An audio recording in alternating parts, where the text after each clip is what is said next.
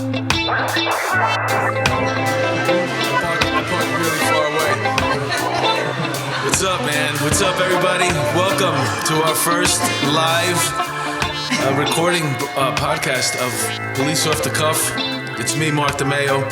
I'm here with my co-host, my partner in law enforcement, Bill Cannon. What's up, Bill? That's not our first live. It's our second live on tape. You forgot we were in a boat last week? Oh, yeah. All right, whatever, man. You all right? No. Why? You pissed I came in late? I'm not late. All right. I showed up at 1:45. Boys. I showed up. Spots. He did three spots last night in Manhattan. He's outside chomping at the bit, man. He's always ready to go. I'm like, calm down, Sarge. Don't forget, he wears the stripes. All right, listen, she's chiming in already. We didn't even introduce her, so here we go. She wears the stripes. She's the woman. She's the cold weather Puerto Rican. Our first guest today, Miss Homicide, Irma Rivera. Oh, wow. Some of you might recognize her as Miss Homicide. What's going on? What have you been up to? Not much. Enjoying the weather. It's getting cold. I love the winter. I like the fall, so I'm happy. What is she? You know, she was such a popular guest that people Didn't were you say saying she they was should something? get rid of Mark or me and keep her. No, You know? What, Is that the truth? what did you say? She's I said she's such a popular guest. No, about the warm weather Puerto Rican or something? She said she's a cold weather Puerto Rican. A cold weather Puerto Rican. I like the winter. I Yeah? like the cold. I like the change of the seasons. You like to snuggle? I would never live in Florida. I don't know how people move to Florida. I'm like No. a native New Yorker. I would always live here. Don't like that. My mom lives in Florida. Really? Yeah. It's good when you get old. What are you going to do? Stay up here and freeze? Yeah. It's true. It's not good for you, for your bones. I already got arthritis. I'm 52 Yeah, years well, old. I'm older than you. Yeah? You know, I Could never flew to tell. Florida last week, and if you guys don't know, I just got a new hip, and I Oh, yeah. turned every time they had to make me go through the metal detector. It sets off the metal detector. It I thought does? that was a joke. It's not a joke. The guy was like, you know, he thought I was a terrorist or some shit. I go, I just got a new hip. You have to go back around and go through, and then they said, oh, you did get a new hip. You know? Did you get it? Did you give it a name? No. No, you should name it. My hip. Something. So what are you doing? You doing your PI work? Yeah, I've been doing a little bit of surveillance lately, a little bit of some investigations. Anything you could? Anything juicy? No, Are nothing. these divorces? No. No? Different things. Oh. Human trafficking is your big thing, right?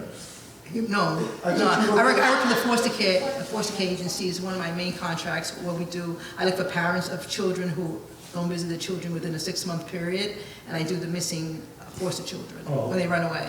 You mentioned before we started that there's a 5-year-old girl missing. Yeah. I'm not laughing because of that. No, just It's not funny. There's a 5-year-old girl missing. why are you laughing at that? You know why? Yeah, we're talking serious right now. Okay, there's a 5-year-old girl missing from New Jersey. Dulce, what's her last? I don't remember her last name. Young Mexican girl was taken from a park, and it's been a couple of days now, which is really I saw that. scary. Dulce, right? Yeah. It's not family involved. No, they don't think so. No? They think it might be a stranger. I mean, the father's in Mexico. You know, her mother's like 19, but she has like 2 kids. So that wall's working. Yeah, I shared it on Facebook. What? It's by the time this airs, this will probably go up on Friday. But if you get these Amber Alerts and stuff like that on Facebook, you should share it. It doesn't take much Yeah, to just this is a serious press one. share. You don't hear that many actual real kidnappings, you know, especially in New York, New Jersey, you know, I mean that close to home, especially with a 5-year-old. Right. I mean, you've had other girls who are like a little bit older kidnapped, but I haven't heard of a 5-year-old unless it's a custodial interference a lot of times. In this case, I don't think it is. Yeah, Bill mentioned that. Yeah, I mean, there's one case I remember from years ago. There was a girl that was kidnapped. I forgot where she was. I think it was in Jersey. And this girl apparently was very interested in DNA, and the news reported it. I mean, she was killed by the person who kidnapped her, but they saying that she scratched them up so much that they got DNA under her nails. They would identify who the perpetrator was on that case, and he was arrested.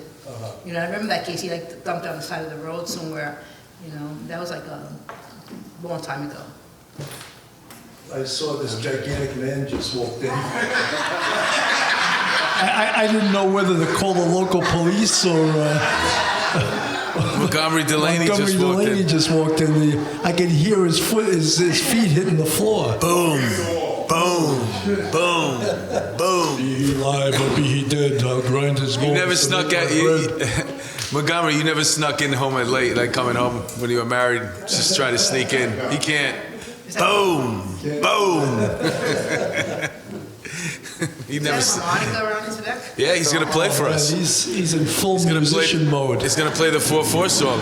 I like that song. Go to the 4/4. Yeah. So listen, we're here. We came out to Lucy's today to do this thing live. We're gonna do a comedy show afterwards. We got a bunch of guests that have appeared on the show this season. I wanted to say this because of doing this show. I got on. You know what that live PD is, or PD Live? You know, they also have a podcast. It's called PD Stories. It's on A&E, and the guy who's the host, his name is Tom Morris Jr. He was on America's Most Wanted. He was like the co-host. You had the guy who was the kid's father. That was the main guy, and then John Walsh. Yeah, John Walsh, and the guy who used to be out in the field was Tom. And they asked me to do it, and at first I was like, you know, because I listened to that podcast a couple of times. It's very serious. It's as serious as if they were interviewing you and you're still on the job. Because when you're on the job still, you got to talk that certain way. When you're on the job, you're a guest. When you're off the job, you're a pest. Yeah. Always remember that. So they asked me to be on it, and I know what the show's like. It's very serious. So I was like, you know, I'm a comedian, right? And they're like, the girl was like on the phone. She's like, yeah, I know. And I was like, you know, most of my act is about how horrible I was as a cop, right? And she goes, yeah, that's why we want you on. I was like, all right. So then I went, and the guy Tom is a gentleman. He's a gentleman, but he's a professional. I mean, this guy has a voice. He sounds like the best announcer you ever sounded in your life. You know, that's exactly how he sounds. He's perfect. And he's asking me like serious questions. And he asked me, what was the scariest thing that ever happened to you while you were a police officer? And the first thing I thought of was getting the notification to work the West Indian Day Parade. You should have. I thought his head was going to explode when I said that. He didn't even know. I was like, what? And I said the second scariest thing, I think it was one time me and my partner were eating at this restaurant.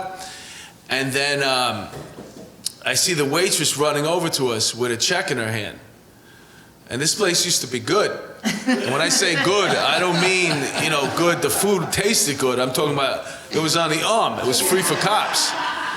So she's running over, she hands me this check, and I'm like, where's Raul? Well, Raul, what happened to Raul? She said, oh, Raul sold the place. I'm like, I don't have $75. You know, your wife's a cop's wife when she uses terms like that. My wife would say, is this on the arm? You know, it's like, oh, since when did you become a cop, you know? It's talking like one, you know? So, yeah, it's pretty cool. I wonder how much it's going to make it, because afterwards I asked the girl what day are they planning on airing it, and she goes, well, you know, once we get it past, I think it's called standards and practices. She goes, if there's anything left after standards and practices, we'll let you know. We'll see. I'll let you know when it is. But it was pretty, you know, it was funny. Good. It's completely different than anything else that they have on that, you know, that they're doing, so. We never pass through standards and practices. Did you really say the things you just said? Yeah. Okay. I said worse. It was everything. Every time he asked me something, I had an answer that was absurd. You make me laugh. But that's why they had me there, I thought. Everybody was laughing. We'll see what happens. I don't know. I'm thinking maybe I should. I did some part series. I mentioned, you know, that we had like 10 suicides now this year. Yeah, it's a lot. And I mentioned that we got to do something about that and see that all these guys that are on the job can go see a therapist, you know, and not have any stigmatism attached to it. Take care of some of that PTSD before it really. Did you watch Bill Burr's special? I didn't. No. When he talks about putting everything down here, stuffing it down here, and then all right, you got to see the special. It's great. But that's how come he's so angry, because he keeps stuffing everything down here. Well, a lot of people are talking about they want to try and do something about the suicide problem, but it's not a new problem. We had it for Around years. and Yeah, but it police seems like department it's been slow to the draw. They haven't done shit because the truth is they don't care about you. In my NSU, there was 2 alone Yeah. that committed suicide in my NSU. You know? Back in what do you the mean when you 80s. first got on? Yeah. Yeah. I mean, they committed suicide like a couple of years later, but you know, they were both in my. And Pat Lay was one, and Mitch Arthur. You know, you live with that gun, and you know. Happened in 460 today. Yeah. Probably games. I mean, if you had to think about it, I could tell you two right off the top of my head that I worked with daily, every single day.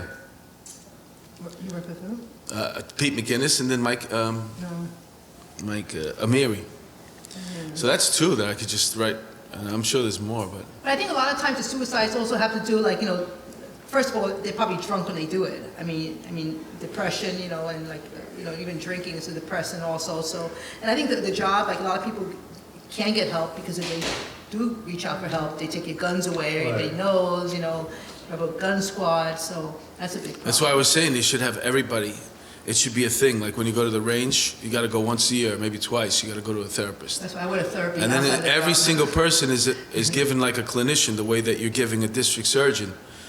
And you gotta go. Then you remove the stigmatism. Everybody's gotta go. Yeah, but you know, if you have So a there's problem, no- you have GHI, you can actually have the optional rider, and you can go see a therapist outside of the. I went to told one. you to take the high option rider Yeah. if you were Irish because you could probably wind up going to the farm Yeah. at some point in your career. So I did take that. I never went to the farm, but I had it just in case, you know. I had one when I was on the job. I didn't really tell anybody about it because it wasn't anything job related. It was it was because like my sexual. It wasn't a sexual addiction so much, but let's just call it whatever it was. It was so I could stop Is cheating. that the doll you had that you blew up? No, man. Look at me. Think I would need a doll? Self-inflicted. I had a lot of dolls, but they weren't blow-ups. But yeah, so I went there, and it didn't really work out. She couldn't help me. No. Rochelle, I overwhelmed her. She couldn't keep up. But yeah, I think that's something that needs to be implemented. I'm sure it's going to be costly, but it's worth it, if anything. Absolutely. So yeah, man. You know who I see in the back here? Michael O'Keefe, the author of Shot to Pieces, Does he wanna come great writer. Michael O'Keefe was the cop, I believe it was 1992, that was involved in the Kiko Garcia event, and which caused the Washington Heights riots. Can we get Mike up here now? Mike, would you like to come up here? You're going to say goodbye to Irma just like Switch, that? Hi, buddy. Bye, Irma. Hey, hi. Scott Wagner just walked in. What's up, Scott? How are you, buddy? Mike's making his way to the stage, and here he is. In phenomenal shape. Mike, who your You look tattoos beautiful, by? bro. I'm sorry, what? You look Your tattoos, beautiful. are they by... There's the big one is actually a cover-up. It's hiding. Is this the best shape you ever been in? No. I mean, and I'm not talking about when you were young. I'm talking about, let's say, from 30 to now. 30? No. Because I know you cut out the carbs you mentioned, right? You're still not doing that? I actually went back to trying to play football on the sneak. Don't do that, when I was man. 30. You're gonna get hurt. And I got into this kind of shape. put the, And then my wife found my football equipment in the yeah, truck. you're gonna get hurt, and then you're not gonna be able to get train, and then you're gonna get heavy again. Just train. Don't go back to playing football. I'm telling you. This is the keto diet, right? Keto, yeah. Keto. Yeah.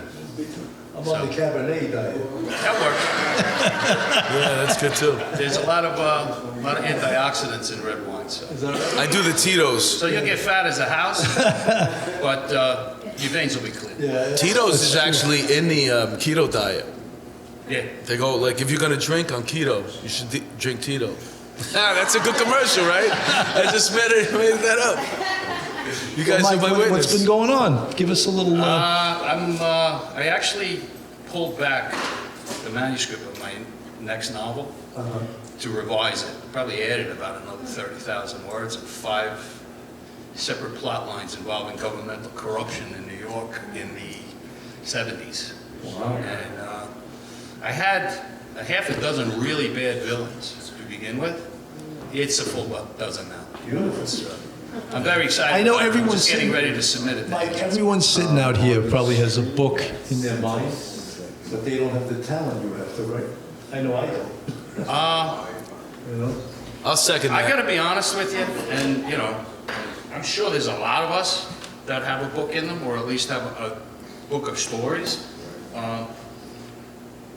But they're finding me on social media, and they're dumping them on me and asking me, can you write this?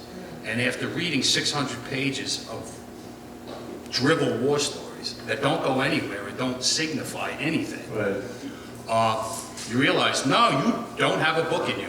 And I'm certainly not writing it, because I got my own to write. Sure. But, You go. if You you have a read. storyteller's ability, You read then this yeah, stuff? you can write a book. But if you People don't, send you stuff and you read it. if they ask nice enough, I actually, one of the new characters that I entered into the book, A Reckoning in Brooklyn, was an undercover in 1973 named Angel Florio. Beautiful guy. Comes to all of my book events. From the end of Staten Island, wherever I am, he shows up.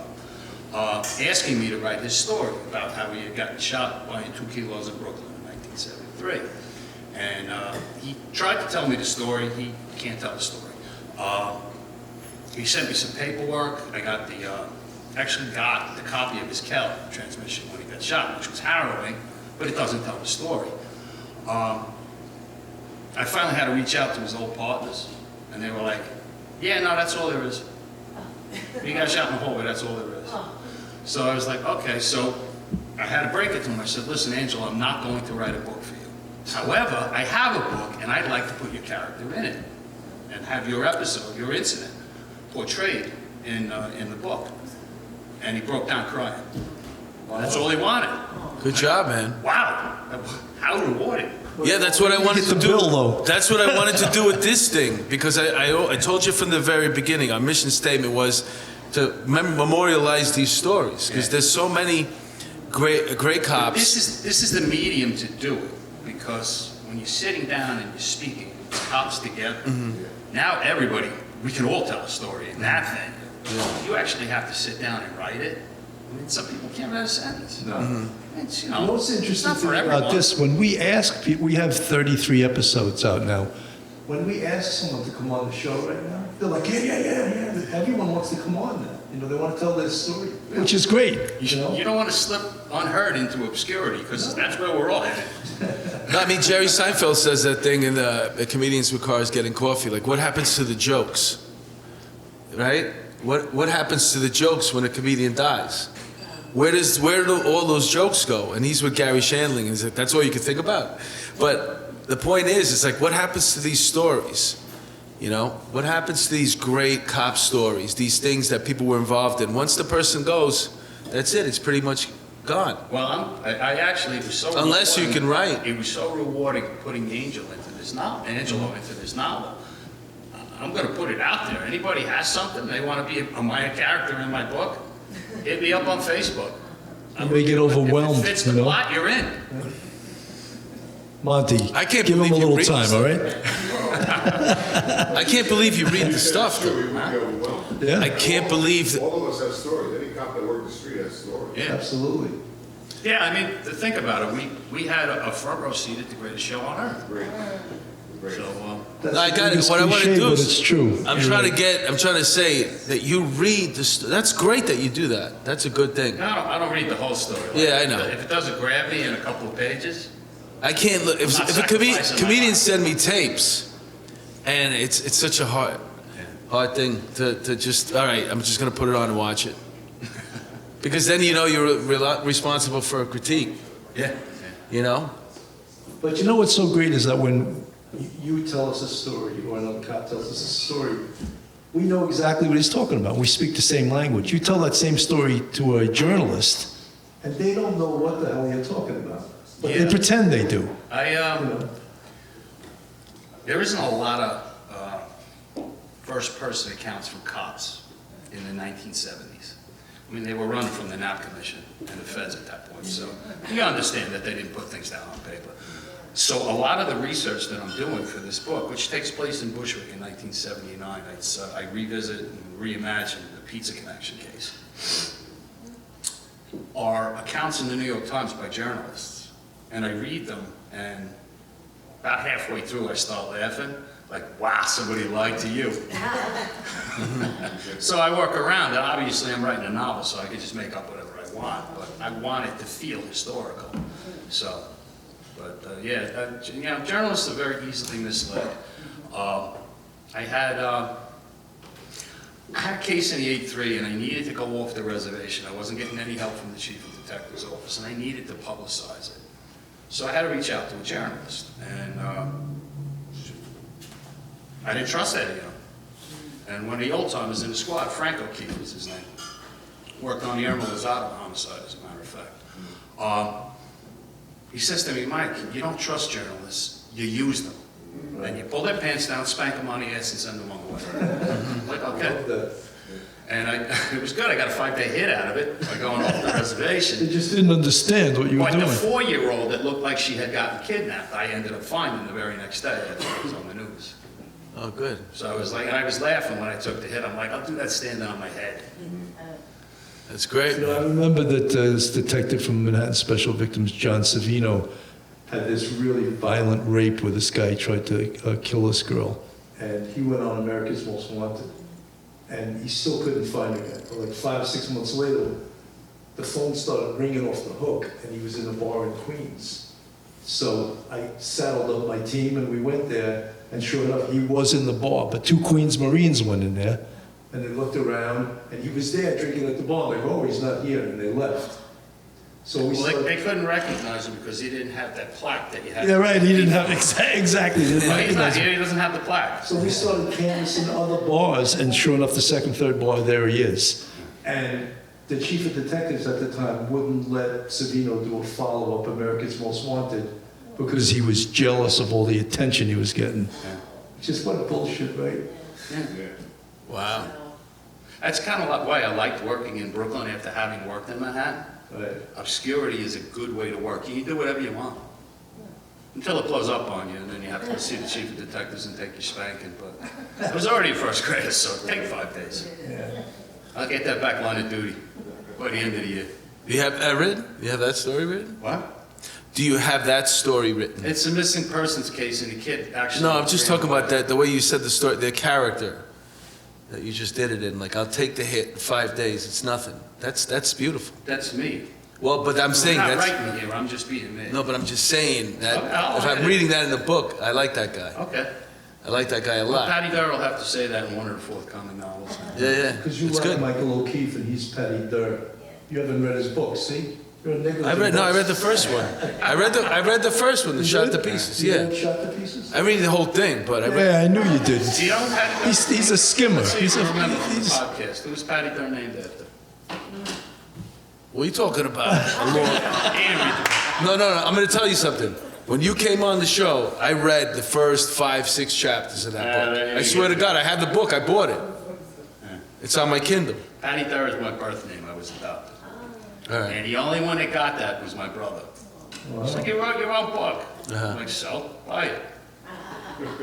I love the stories, Mike, when you say you go to cop places and you got your book set up and cops try to get a free book. That pisses me off, man. These cheap motherfuckers, right? Makes me just, I laugh hysterically. I'm like, do you know who you're talking to? I don't give nothing away. I am the They're police. trying to get it on the arm. Another cop from a cop trying to get an on the arm Well, book. to be honest, the 3-book deal I'm running, I'm practically giving 2 away. So, Yeah.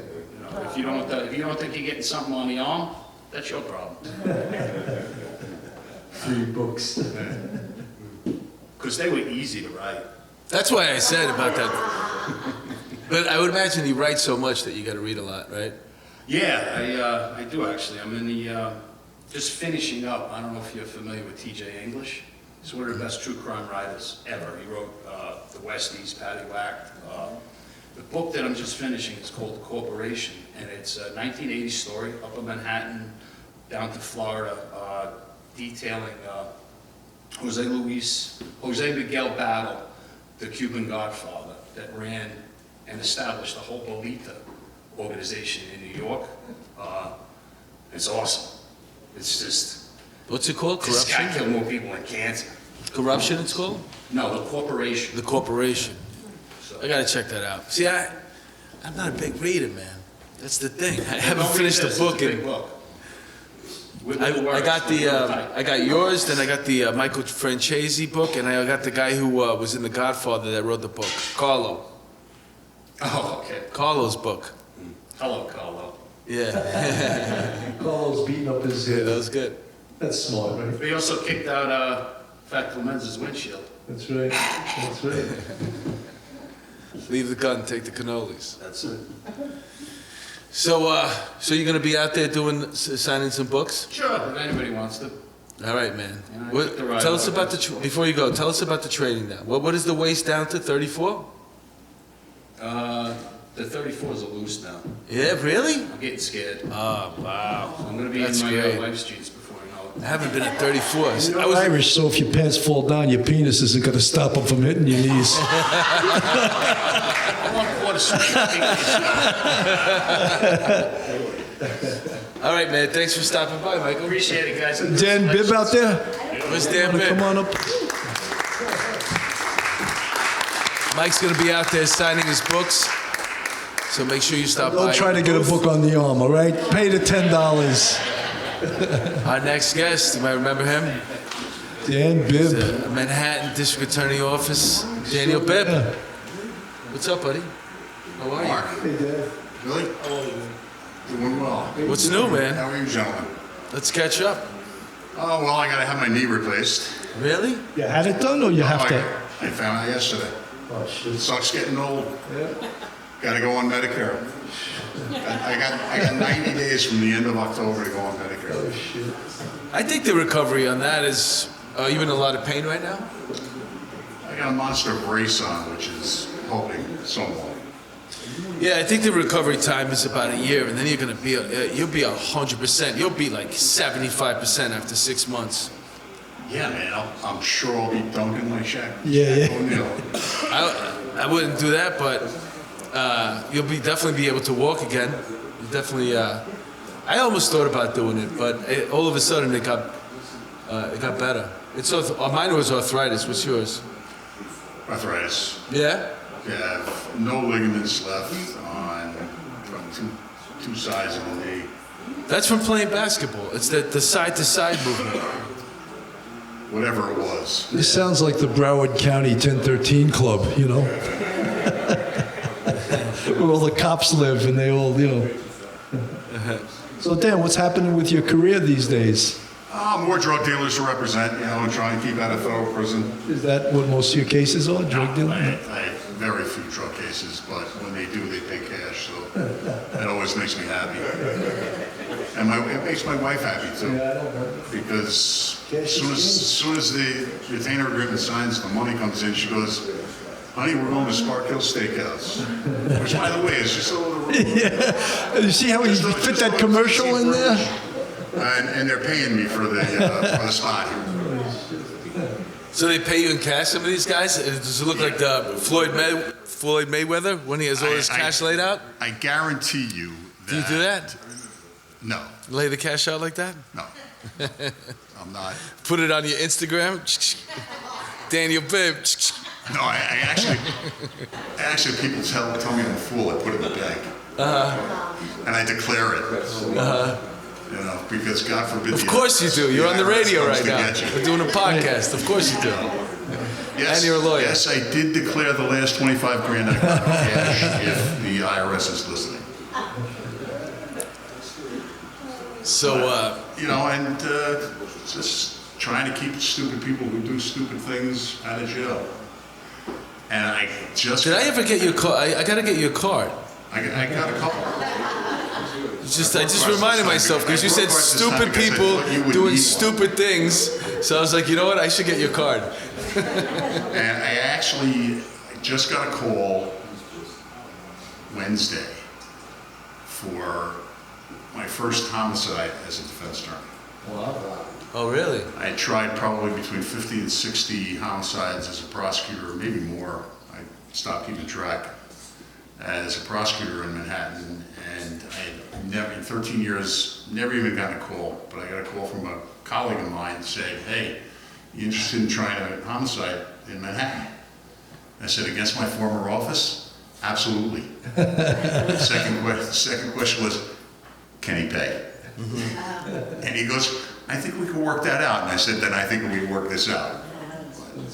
I know nothing about the case You have right a now. bit of a vendetta against the Manhattan DA's office, right? Well, I don't know if I call it a vendetta. I call it a chip on my shoulder. They did some things that when I was there on a case I worked on that I thought were dicey, less than ethical. They put me in what I consider to be an unethical position of defending a conviction that I spent 2.5 years reinvestigating, and ultimately came to the conclusion that these two guys weren't just not guilty, that they were factually innocent. That one guy was having Thanksgiving dinner with friends, the other guy was probably there but wasn't involved, and they put me in a position of seeming to defend the convictions. Mm. So basically, you would think they would want to go forward when they knew that the guys were innocent.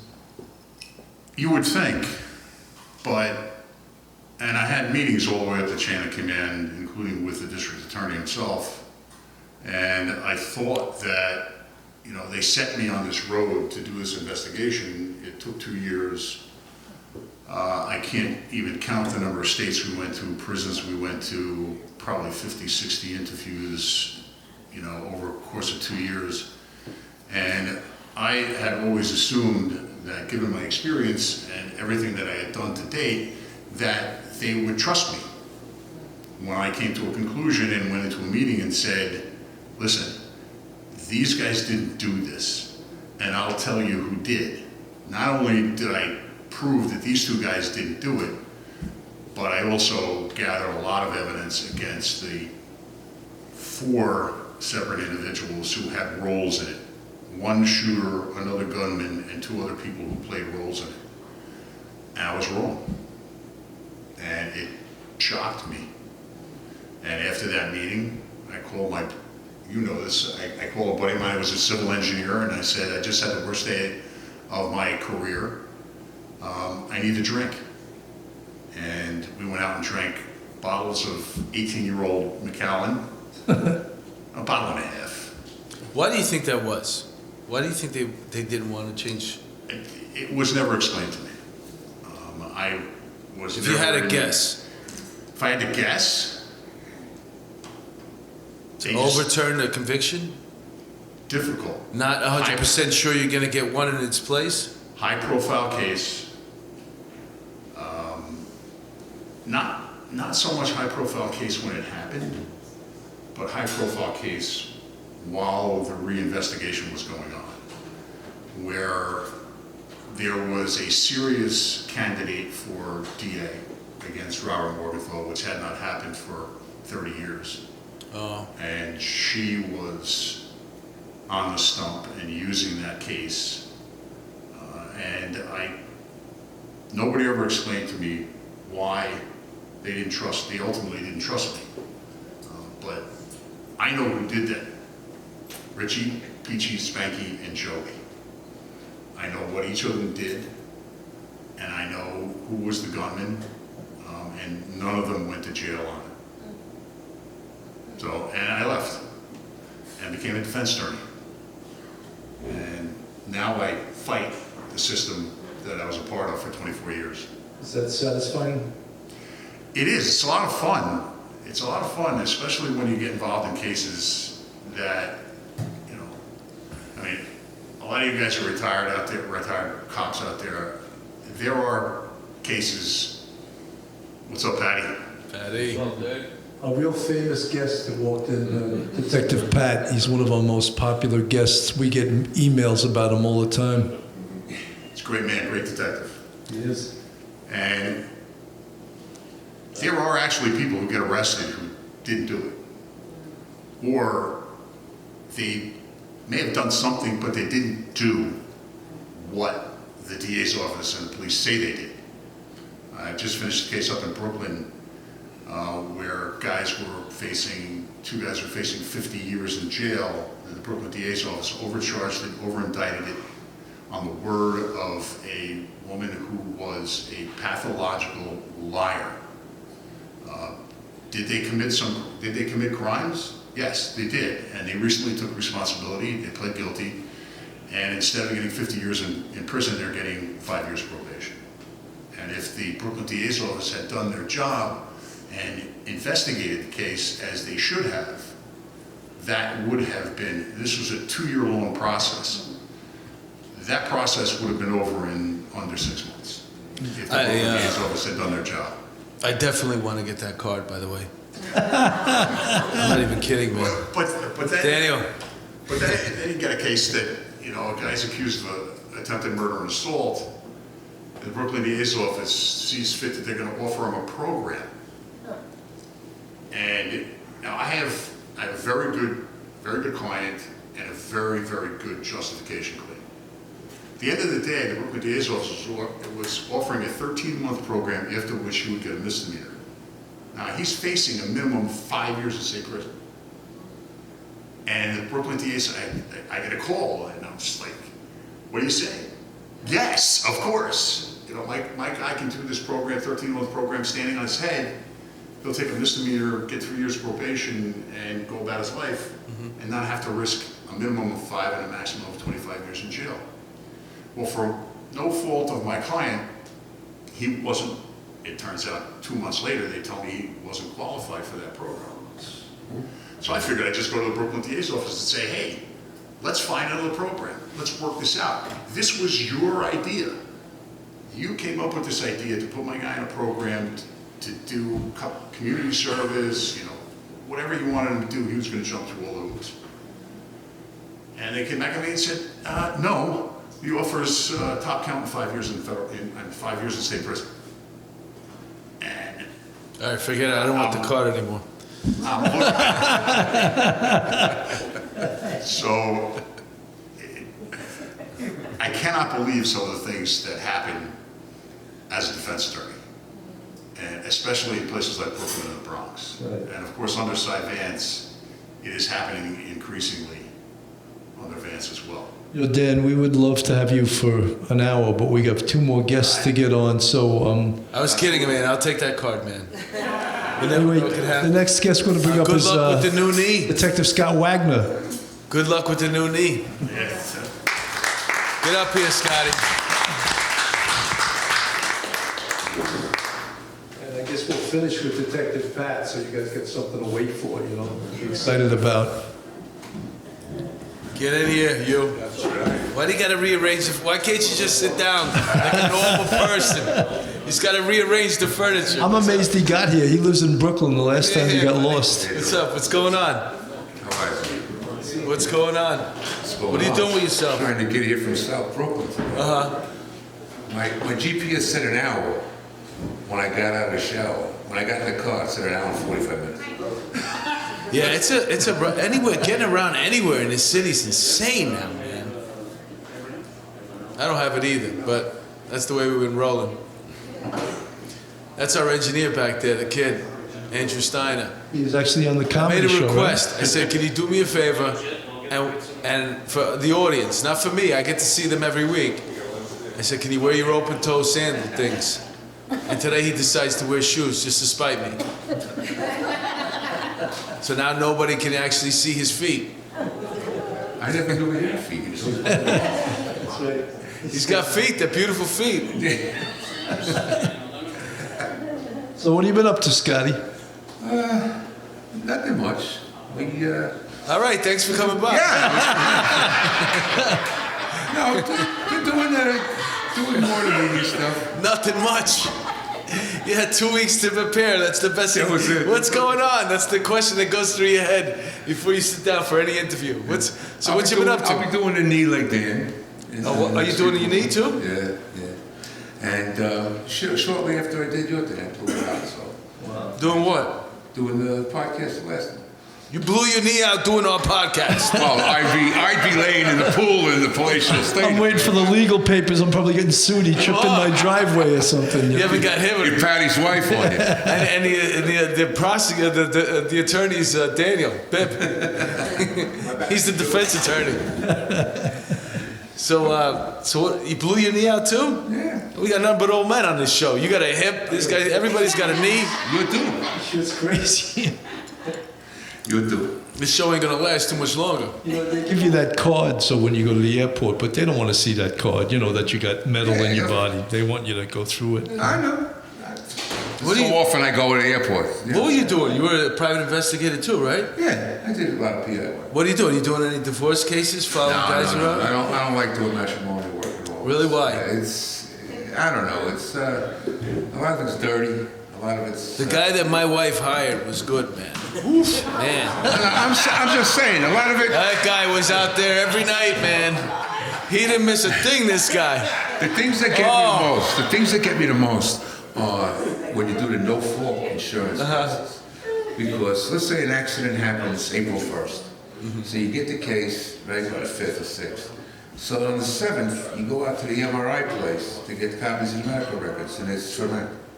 What? It's for rent already. The Oh. MRI place. Oh. You know, it's all, everything's connected. Yeah, it's a So big there's scam. tons of fraud. Tons of fraud. Uh-huh. And these That's people where you get come paid. in. People are getting paid constantly for this. You know, we pay with our car insurance. We pay. I'm a sucker, man. I pay. I don't get paid. I'm a schmuck, yeah.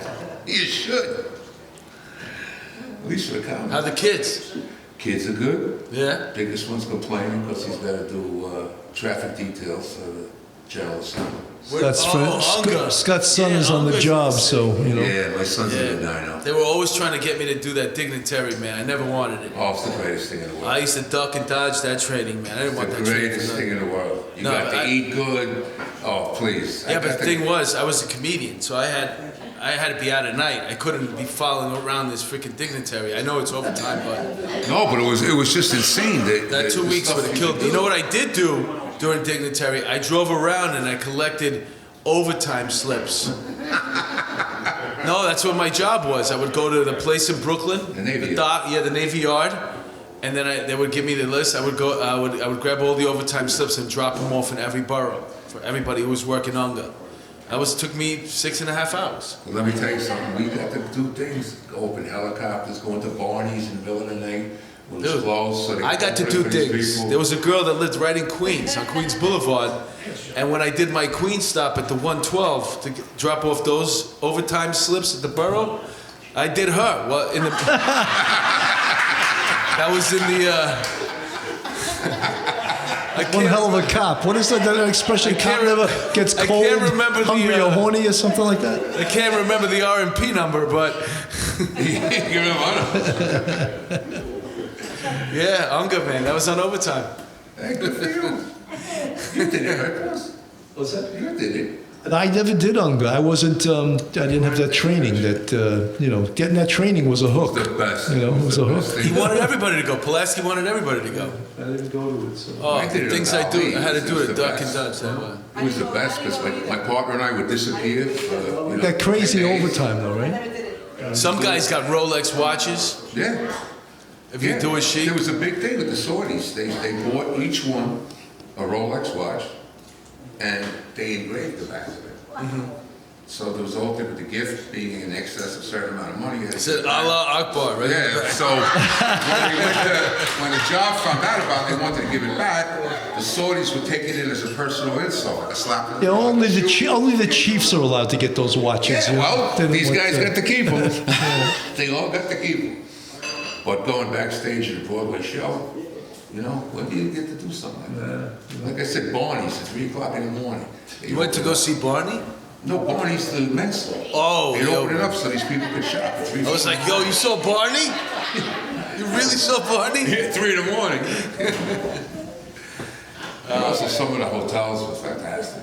No, I heard a lot of guys had a good time, and some of the guys, some of the dignitaries, they go to sleep early, so it's an easy one. But then every once in a while, you get the guy who likes to party and go out all night, and you're out with you. Listen, it lasts 2 weeks. You could rack up on overtime.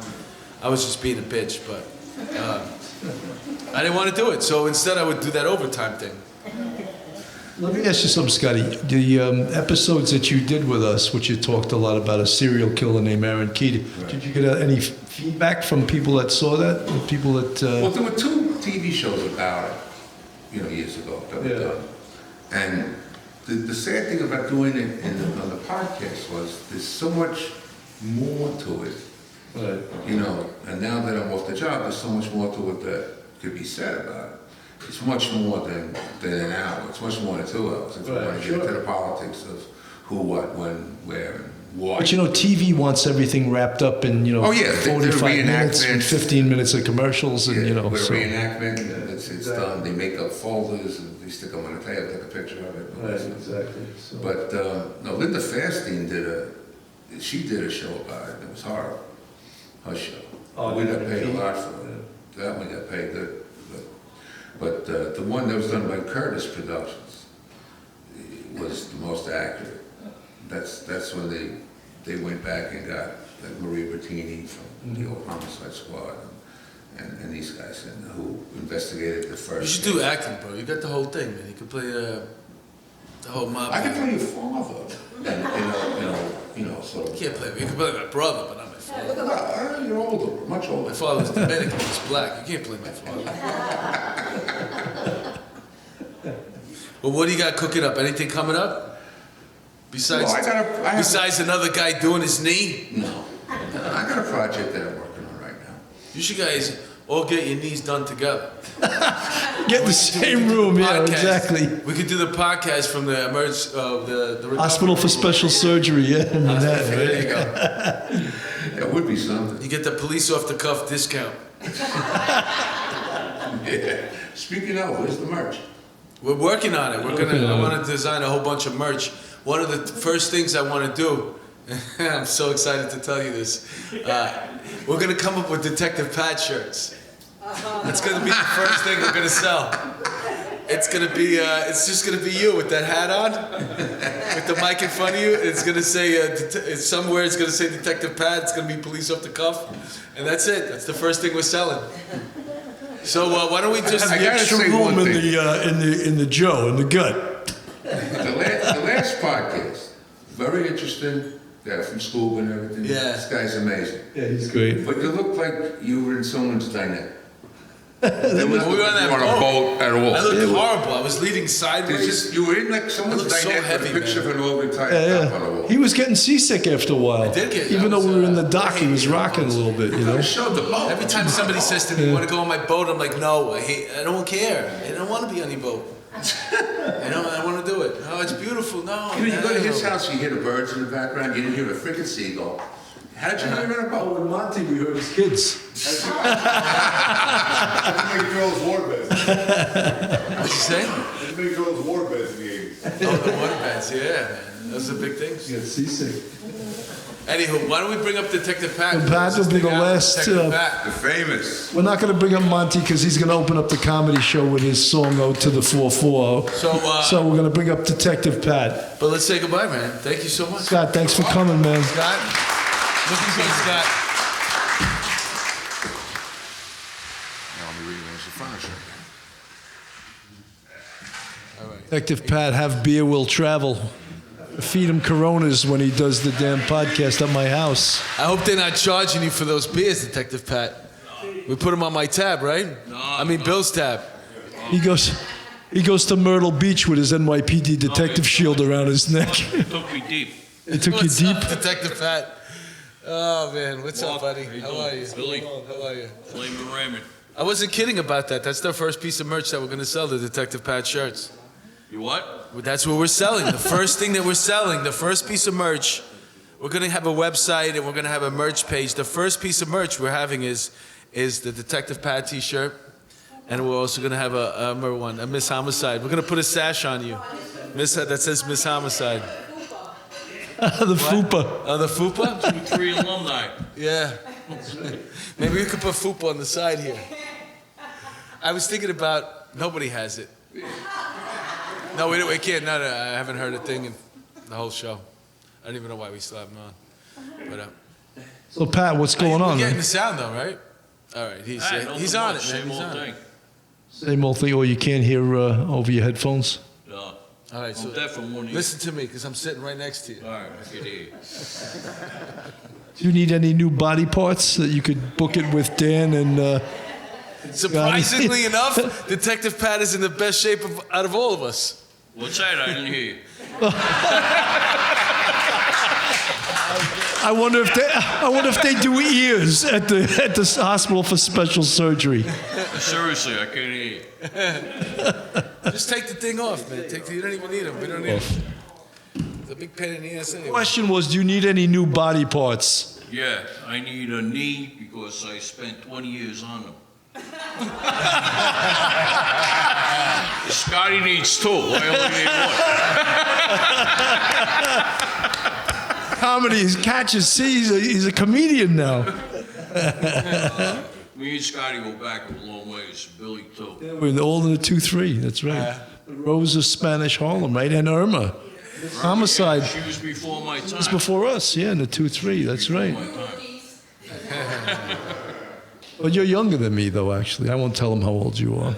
You're a cold water Puerto Rican. Cold weather, excuse me. Not cold water. Cold weather Puerto Rican. She showed that cold heart once on the show. Remember that? 2-3 was the best. I loved the 2-3. It was great. Scotty loves it, right? Billy, we had some good cases. They had it upstairs in the 2-3 squad where we used to drink. If you do that now, they'd suspend you, you know? We drank all the time back then. In fact, one of the sergeants, I actually had to send a guy one time to the farm, this first guy in my career. I had to send to the farm.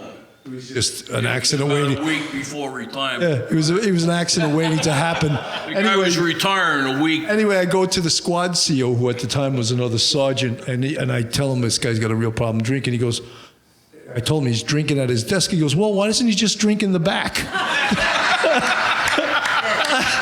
That solves the fucking problem. No, he's driving a car drunk, going the wrong way on one-way streets. We have to do something about this.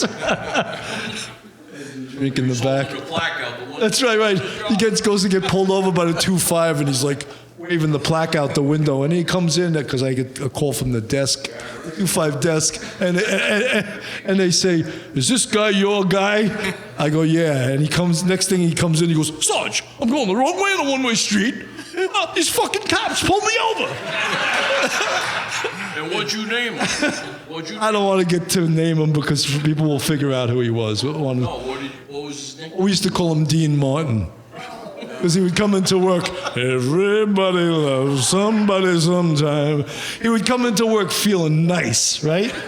He had like a little buzz on, you know? And as the night progressed, he was drinking vodka and Coke at his desk, right? Oh, that's so gross. This is how he talked to complainants.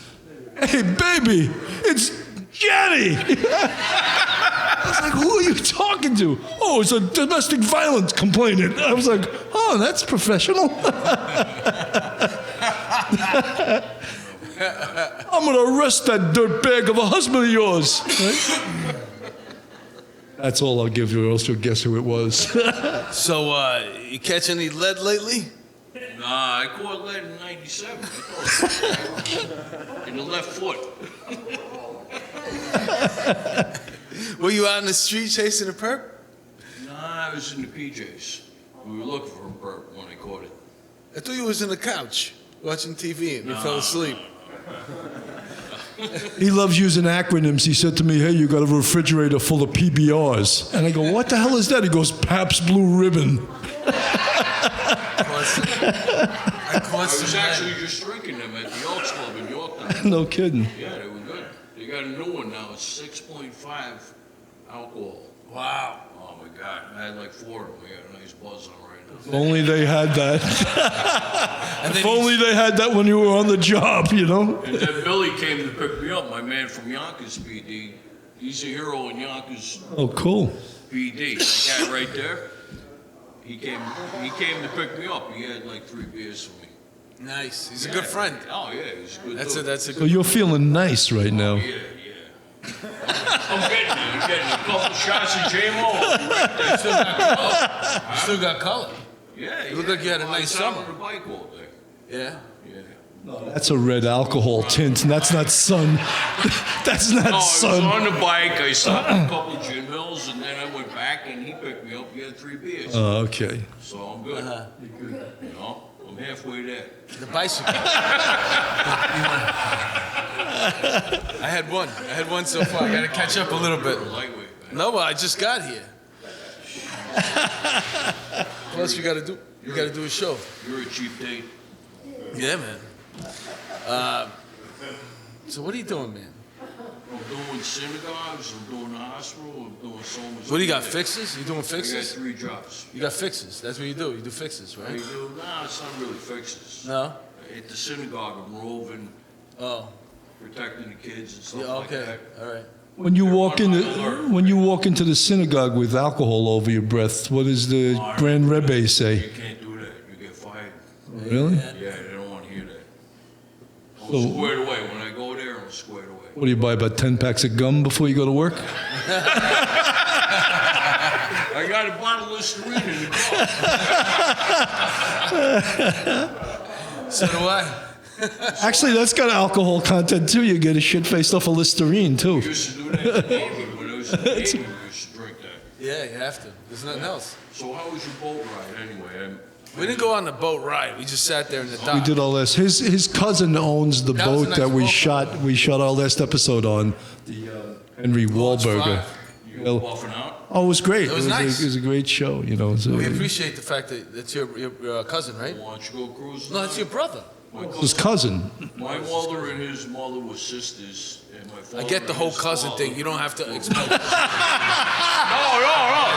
2 brothers married 2 sisters. Okay. I figured that too.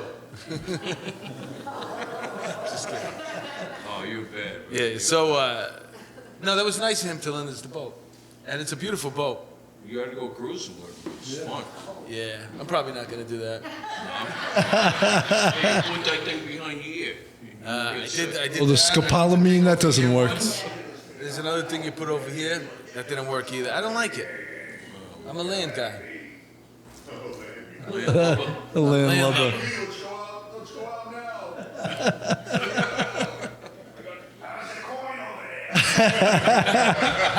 How's the coin? You know, but his cousin doesn't like drinking though. So I don't know how Patty. You must like, yeah, you must like sneak your beers in your coat or something when you're around him, right?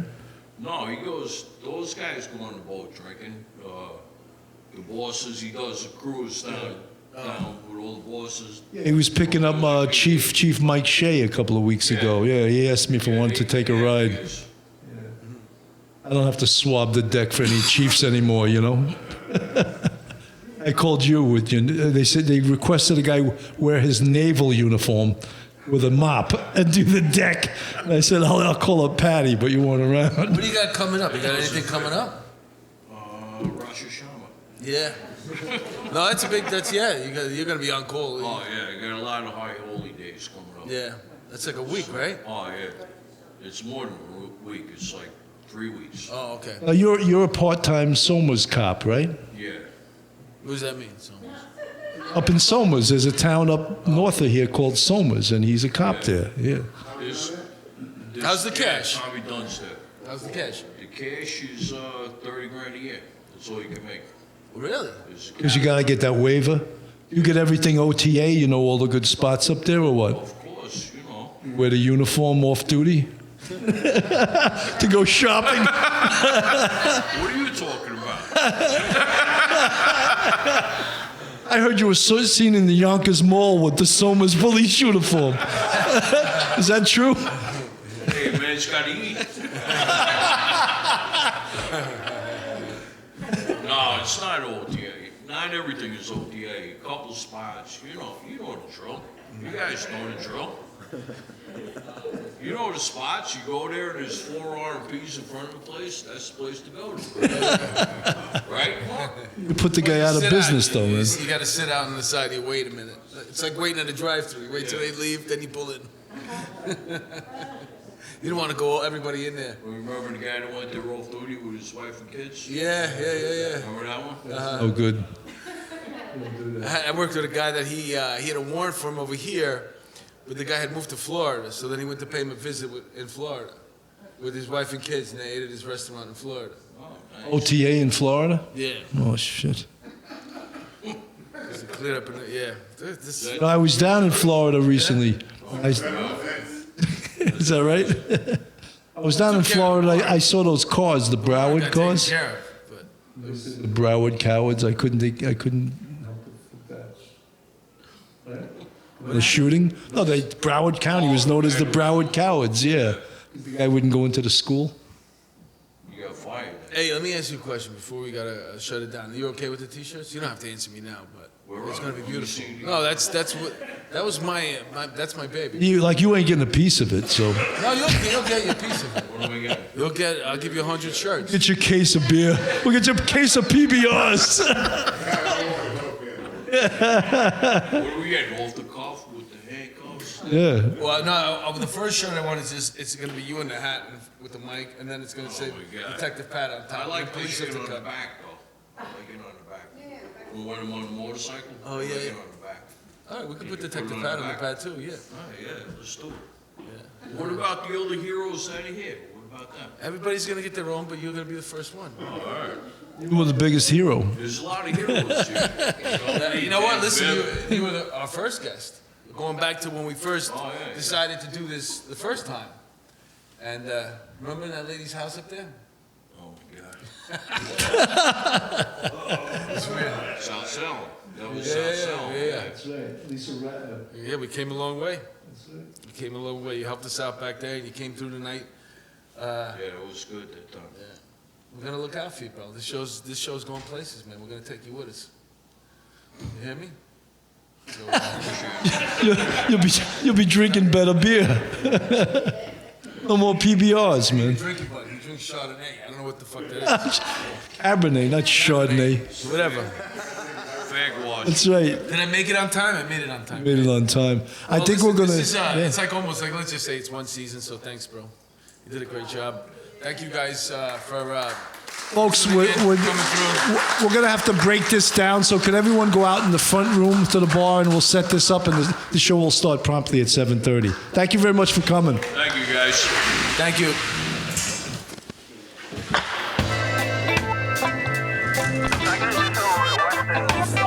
Oh, my butt is killing me.